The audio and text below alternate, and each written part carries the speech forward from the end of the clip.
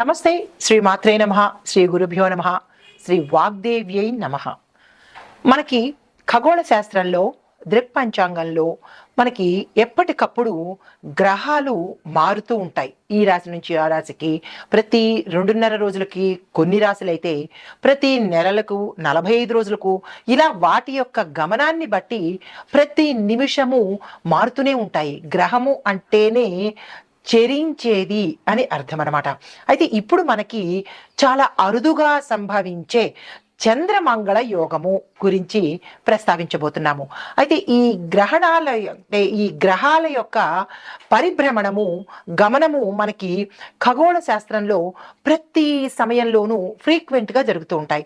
అయితే ఈ ఒక రాశి నుంచి మరొక రాశికి ప్రతి గ్రహం మారే సమయంలో కొన్ని గ్రహాల కలయిక, ఒక్కొక్కసారి 2 గ్రహాలు కలుస్తుంటాయి, ఒక్కొక్కసారి 4, 5, 6 ఇట్లాగా వాటి యొక్క పరిభ్రమణం జరుగుతున్న సమయంలో మనకి రేపు ఫిబ్రవరి మధ్యలో అంటే 25 ఆ తారీఖులో మొత్తం 7 గ్రహాలు కలిసి ఒకే కక్షలో ఉండబోతున్నాయన్నమాట. అంటే ఇట్లాంటి వింతలు మన ఖగోళంలో ప్రతి నిమిషము జరుగుతూ ఉంటాయి. కొన్ని సంవత్సరాలకి అరుదుగా జరుగుతూ ఉంటాయి అన్నమాట. అలా అరుదుగా జరిగినదే ఈ చంద్రమంగళ యోగం అన్నమాట.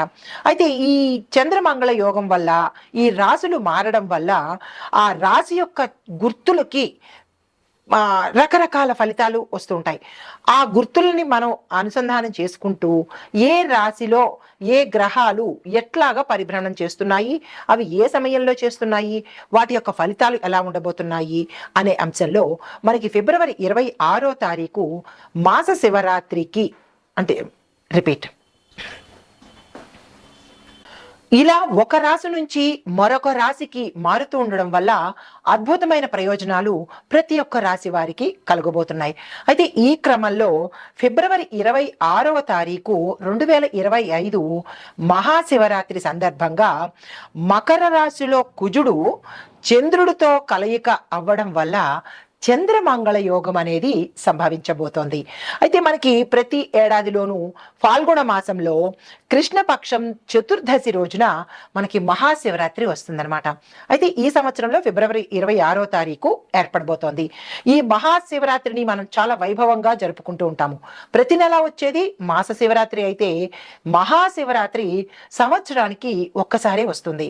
అయితే ఈ క్రమంలో శనిదేవుడు తన సొంత రాశి అయిన కుంభరాశి నుంచి శనిదేవుడు, శుక్రుడు, సూర్యుడు అరుదుగా కలయిక జరగబోతోంది.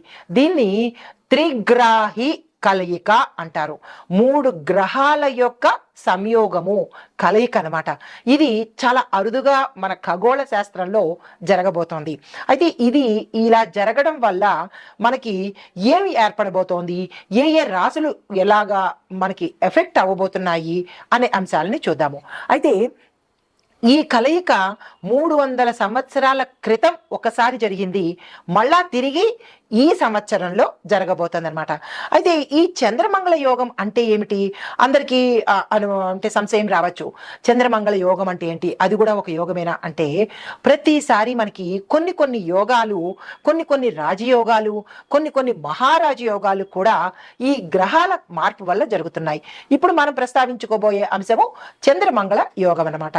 అయితే ఈ చంద్రుడు మంగళుడు కలిసి ఒకే రాశిలో ఉంటూ పరస్పర దృష్టి అంటే ఇద్దరు ఇలా ఎదురు బదురు చూసుకునే దృష్టి కలవడం అనేది చాలా అపురూపమైన సంయోగము. ఆ సంయోగమే మనకి ఇప్పుడు కలగబోతోంది అనమాట.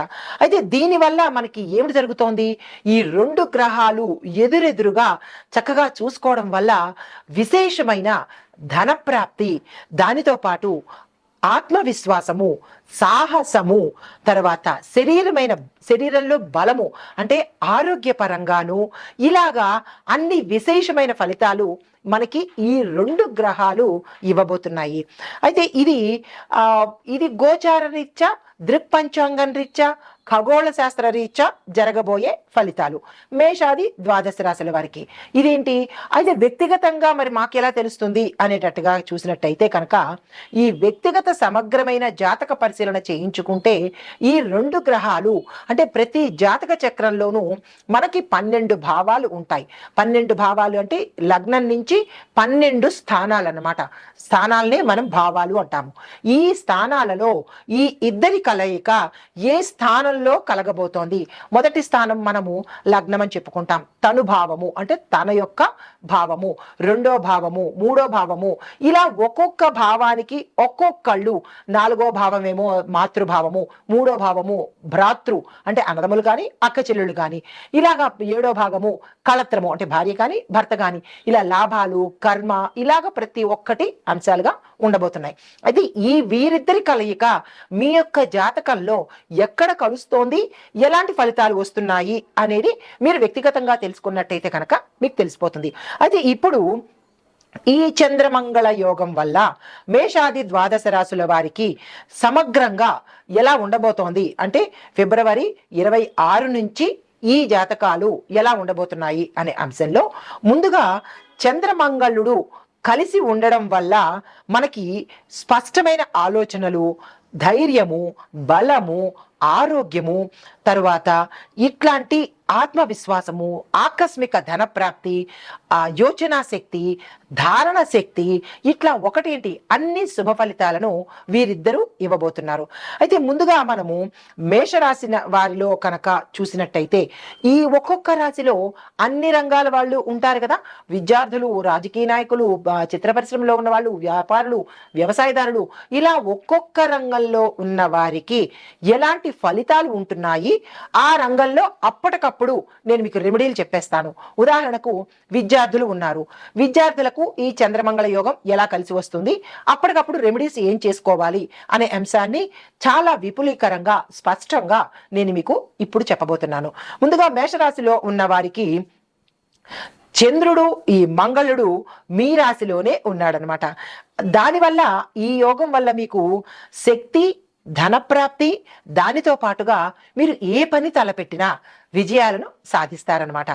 అయితే ఉద్యోగస్తులకు కనుక చూసుకున్నట్టయితే ఉన్నతాధికారుల మద్దతు, తరువాత పదోన్నతులు కలిసి వస్తాయి. వ్యాపారులకు చూసుకున్నట్టయితే కొత్త కొత్త ఒప్పందాలు పాజనన.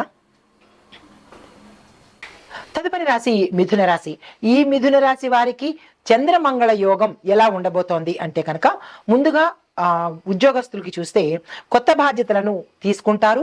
అవి మీకు చాలా అధికంగా అనిపించవచ్చు. ఇన్నాళ్ళు సులువుగా చేశారు, ఇప్పుడు కొత్త బాధ్యతలు కొత్తగా ఉంటాయి, భారంగా కూడా అనిపిస్తాయి. అయినప్పటికీ టెన్షన్ పడకండి. కానీ మీ ప్రతిభకు మాత్రం గుర్తింపు తప్పనిసరిగా వస్తుంది. ఉద్యోగస్తులకు మార్పులు అంటే స్థానచలనాలు కొంతమందికి అవుతాయి. కంపెనీలు మారే అవకాశము కనబడుతోంది. ప్రమోషన్స్ వచ్చే అవకాశం కూడా గోచరిస్తోంది. అధికారులతో మీరు సత్సంబంధాలు పెట్టుకోవాలి. మీ ఆఫీసర్స్ ఎవరైనా ఏదైనా పని చెప్పినప్పుడు నో అని కానీ, నేను చేయలేనని కానీ, ఇలాంటి సాకులు చెప్పకుండా యాక్సెప్ట్ చేసినట్టయితే కనుక ఈ యాక్సెప్టెన్స్ ఇప్పటి మీరు చేసిన ఒప్పుకున్నది ఫ్యూచర్లో మీకు మంచి లాభం వచ్చేటట్టు, అది మీకు తెలియని అంటే ఏం చెప్పచ్చు, ఒక మంచి విజయం కూడా దక్కే అవకాశం ఉంది. But don't say no. తర్వాత మీకు చెప్పదగినది ఏంటంటే సూచన పరిహారము, ప్రతిరోజు గణపతి మంత్రం తప్పనిసరిగా చదవండి లేదా వినండి. ఇదే మీకు చెప్పదగిన ప్రత్యేకమైన పరిహారము. అయితే వ్యాపారస్తులకు చూసుకున్నట్టయితే మీ యొక్క వ్యాపార లావాదేవీలు విశేషంగా మెరుగుపడతాయి.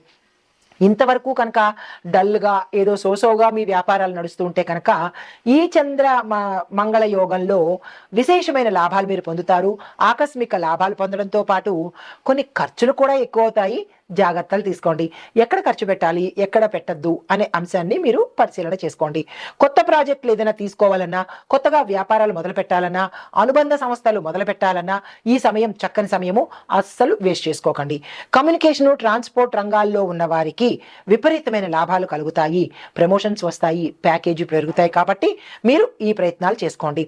మీకు చెప్పదగిన పరిహారం కానీ సూచన కానీ, శుక్రవారం నాడు అమ్మవారికి అంటే లక్ష్మీ అమ్మవారికి పూజ చేసుకోండి. చేసుకోవడంతో పాటుగా అమ్మవారికి తెల్లని పువ్వులు కానీ తెల్లని వస్త్రాన్ని కానీ సమర్పించినట్టయితే మరిన్ని విశేషమైన ఫలితాలు పొందే అవకాశం కనబడుతోంది. ఎందుకు అంటే చంద్రుడికి లక్ష్మీ అమ్మవారు సోదరి కాబట్టి మనం ఎంతగా చంద్రుడికి మంగళుడికి లక్ష్మీ అమ్మవారికి ఎంత మనం ప్రసన్నం చేసుకుంటే అంత మంచి ఫలితాలు వస్తాయి. కాబట్టి నేను ఇదే పరిహారం చెప్తున్నాను. ఎందుకంటే చంద్రుడు మంగళుడు మరి సంతోషపడాలి కదా, అందుకని అమ్మవారిని తప్పనిసరిగా పూజ చేసుకోండి. తరువాత విద్యార్థులకు చూస్తున్నట్టయితే మీరు శ్రద్ధ పెట్టకపోతే కనుక పాస్ అయ్యే పరిస్థితి లేదు.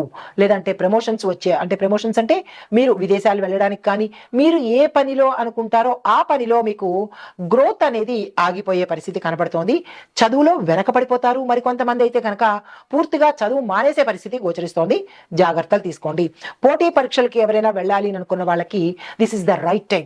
మీరు వెంటనే అప్లికేషన్ పెట్టుకుని ఇమ్మీడియట్ గా దానికి తగ్గ ప్లాన్ ఆఫ్ యాక్షన్ వేసుకోవడము, వెంటనే ప్రొసీడ్ అవ్వడం అనమాట. ఈ పనులు మీరు తప్పనిసరిగా చేసుకోండి. అయితే హైయర్ ఎడ్యుకేషన్ కోసం కానీ లేదా అక్కడ ఎడ్యుకేషన్ కోసం వెళ్ళి అక్కడ జాబ్లో సెటిల్ అవ్వాలి అని అనుకున్న వాళ్ళకి ఇలాంటివేవో గోల్స్ ఉంటాయి కదా, అలా ఉన్న వాళ్ళకి ఇది మంచి సమయం అనమాట. ఇది కనుక మిస్ చేసుకున్నట్టయితే మీకు మళ్ళా ఇలాంటి అవకాశము వచ్చే అవకాశం లేదు. కాబట్టి స్టూడెంట్స్ మాత్రం తప్పనిసరిగా ఈ ప్రయత్నాలు చేసుకోండి. మీకు చెప్పదగిన ప్రత్యేకమైన పరిహారం ప్రతి బుధవారము మీరు తప్పనిసరిగా గణపతికి వెళ్ళండి, గణపతి ఆలయానికి వెళ్ళండి. ఎందుకంటే చదువులకు అధిపతి ఆయన సరస్వతి అమ్మవారు కాబట్టి గణపతి ఆలయానికి వెళ్ళడము, అక్కడ 5 ప్రదక్షిణాలు చేసుకోవడము, స్వామివారికి ఇష్టమైన చిన్ని బెల్లం ముక్క, మీ యథాశక్తి చిన్ని బెల్లం ముక్క నైవేద్యం పెట్టండి. వీలైన వాళ్ళు గరికమాలను సమర్పించండి. మీ యొక్క కష్టాన్ని, మీ యొక్క కోరికని, మీ విల్ అండ్ విష్ను కూడా స్వామివారికి చెప్పండి, తప్పనిసరిగా తీర్చేస్తాడు. అయితే వ్యవసాయదారులకు చూసినట్టయితే మీ యొక్క వ్యవసాయ రంగంలో చిన్న చిన్న ఇబ్బందులు గతంలో ఉంటే కనుక అవి తగ్గిపోతాయి. దాంతో పాటుగా ధాన్యానికి సంబంధించినటువంటి పంటలు మీరు తప్పనిసరిగా వెయ్యాలి. ఈ రాశిలో ఉండేవారికి కొంతమంది మిగతా రాశుల్లో ఉండేవారికి వారి వారి రాశి అధిపతిని బట్టి కొన్ని పంటలు ఉంటాయి. మీకు చెప్పదగిన ఈ రాశిలో ఉండే వారికి చెప్పదగినది ఏంటంటే ధాన్యానికి సంబంధించినటువంటి పంటలు వేయండి. దానితో పాటుగా పండ్లకు సంబంధించినటువంటి తోటలు వేసినా కానీ